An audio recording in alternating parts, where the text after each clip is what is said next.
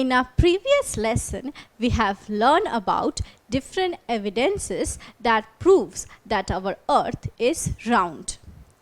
Those evidences are circumnavigation of the earth by Magellan, circular shadow of the earth during lunar eclipse, various satellite images of the earth shows that the earth is round, and there are more evidences. Now all these evidences prove that the earth is a circular object. In reality, our earth is not exactly circular. Rather, it is something like this. This shape of the earth is known as oblate spheroid.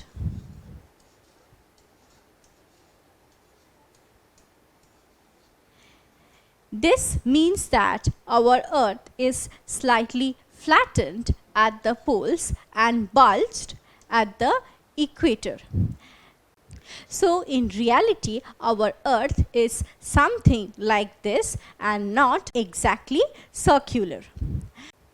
Now can you relate this shape of the earth with any fruit?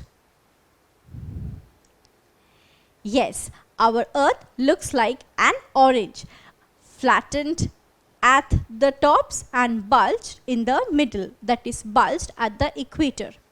In fact, the equatorial diameter of the earth is more than its polar diameter. The equatorial diameter of the earth is 12,756 km, whereas the polar diameter is 12,714 km. That is, the polar diameter is less than the equatorial diameter. So this is the real shape of the earth. In fact, a new term has been introduced to define the shape of the earth, and the term is geoid. Geoid is an irregularly shaped ball. Now you all might expect our earth to be a smooth spheroid, but that is not true. The surface of our earth is not smooth. Our surface of the earth is not even throughout. Rather, we have an uneven topography due to presence of oceans and continents. Look at this image. This image shows a geoid shape, and here you can see that the surface of this object is not smooth or not even. Rather, you can see the surface is uneven because of the presence of oceans and land masses. Similarly, on our earth, oceans and continents exist, and as a result, the surface of our earth is not smooth. So, the correct shape of the earth is geoid. So the belief of the ancient people regarding the shape of the earth, that it might be a flat surface, it's not true. Different evidences prove that our earth is a circular object, or it is spherical in shape, but it is not exactly a sphere. The true shape of our earth is geoid. We will now calculate the circumference of the earth. I hope you all know what is meant by circumference. Since earth is a circular object, so this perimeter of a circle, or the boundary of a circle, is known as circumference. In order to calculate the circumference of the earth, let us again go back to the example of Alexandria and Syene. As we know, the distance between the two cities is 800 km. Now, the angular distance between the two cities is 7.2 degree as calculated by Eratosthenes. So, the angular distance between Alexandria and Syene is 7.2 degrees. Now, since the earth is circular object, so it will have in total 360 degrees. Now 1/50th of 360 degree is equal to 7.2 degree. So if you divide 36 by 5, you will have 7.2. So this 7.2 is equal to 1/50th of the total circumference, that is 360 degree.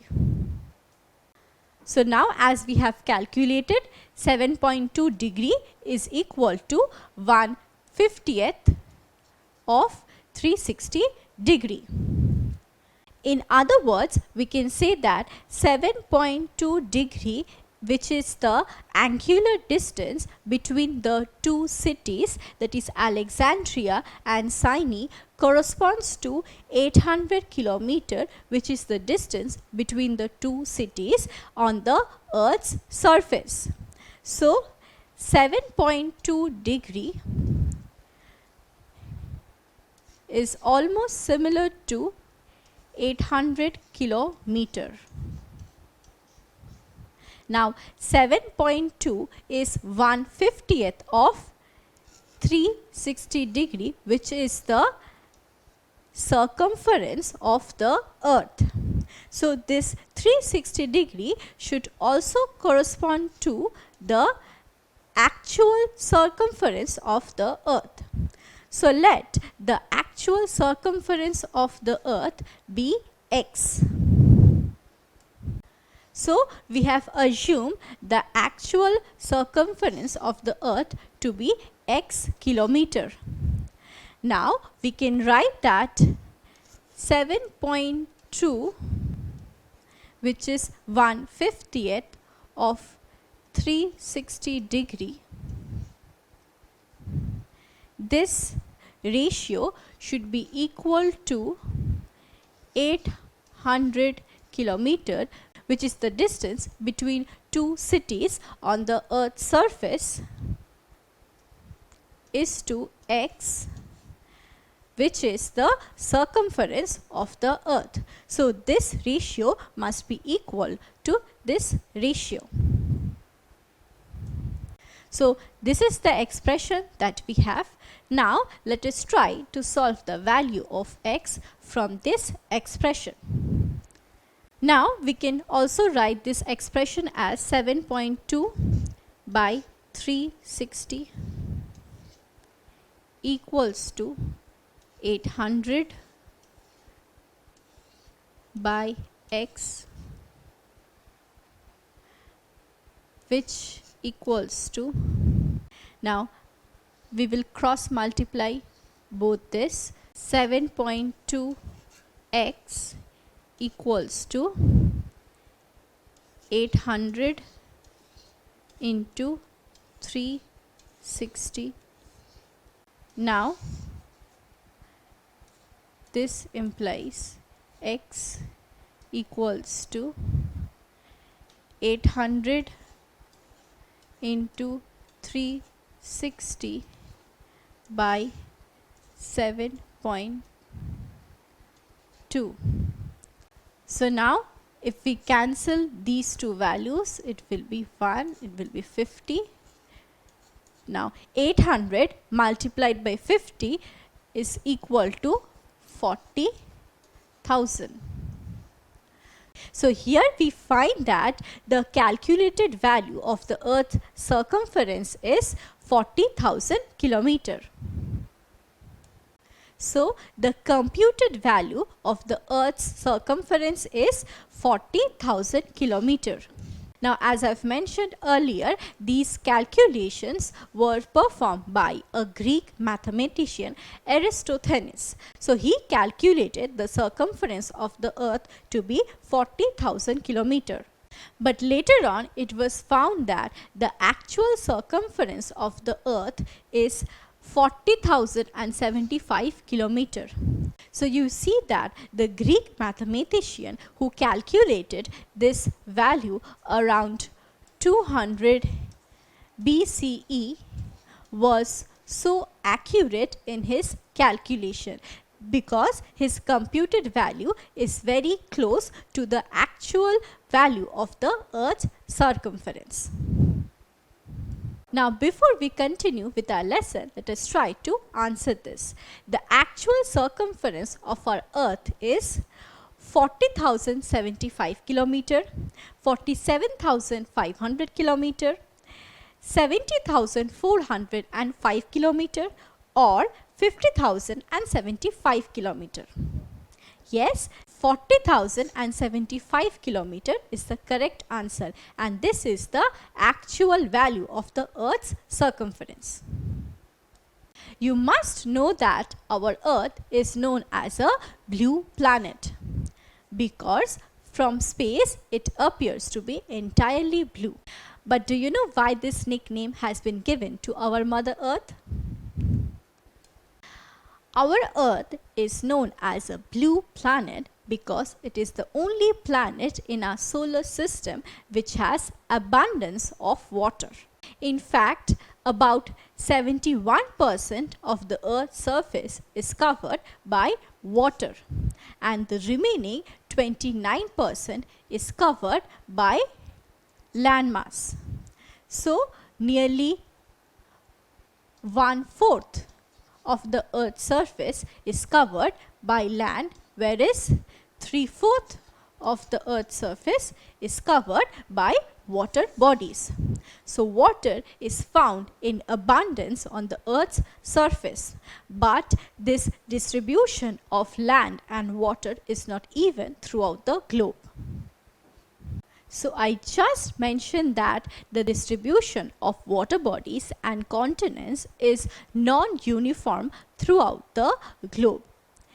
In this image, we can see that in northern hemisphere, the area covered by continents and water bodies is almost the same, whereas in southern hemisphere, it is almost blue, or oceans cover maximum part of the southern hemisphere. So here we can very well see that the distribution of water bodies and continents is non-uniform. Now, if you consider both the poles, then the balance of land and water is antipodal. That is, in North Pole, land masses surrounds a water body.